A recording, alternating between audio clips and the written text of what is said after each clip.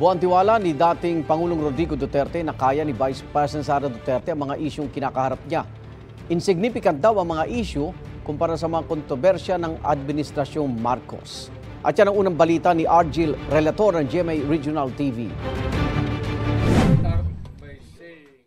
Sa press con sa Davao City Lunes ng gabi, tila bumuelta si dating Pangulong Rodrigo Duterte para sa anak na si Vice President Sara Duterte. There is a fracture. There's a fracture now in the governance of Marcos. It cannot be remedied. There is no relief in sight. It is only the military who can correct it. How? I do not know. Hinimok niya ang militar na protektahan ang konstitusyon. Kayo bang mga military pati police, would you still continue to support a drug addict? Tanungin mo lang yung Presidential Security Command. Puro military man yan. You did not go far. Yung mga tao ninyo sa military. Hanggang kailan kayo magsuporta ng drug addict na presidente? Sinisika pa ng GMA Regional TV na kuna ng pahayag ang Malacanang kaugnay nito. Sinabi yan ng Pangulo kasunod ng tensyon sa Kamara nang tangkaing ilipat ng detention si Office of the Vice President Chief of Staff Attorney Zulaika Lopez sa Women's Correctional sa Mandaluyong. Cited in contempt si Lopez ng komite sa Kamara. Sabi ni Duterte, hindi naman krimen ang contempt, kundi isang hakbang para maayos na may sagawa ang congressional hearings. Pero naniniwala ang dating Pangulo na walang batayan na makontempt si Lopez. Buo naman daw ang tiwala niya na kaya ng bise ang mga nangyayari ngayon. Kay Inday, wala yun.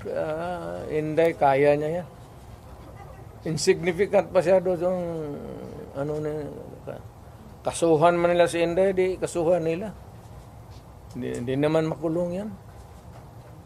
Hindi talaga magpakulong yan. Kasi patayin mo yan, mag-uwi ang Davao yan. Sa banta umano ni VP Sara sa buhay ni Pangulong Marcos, First Lady Liza Araneta Marcos at House Speaker Martin Romualdez, ayon sa dating Pangulo, asal bata lang yon na dala ng init ng ulo. Hindi suportado ng dating Pangulo ang lumalabas na panawagan sa social media na mag-people power na laban sa administrasyon.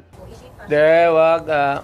Sabi ko, insignificant yung nangyari dyan kay Lopez pati kay Inday.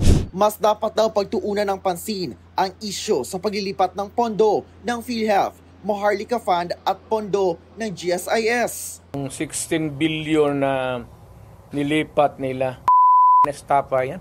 Government malverse the money of the people.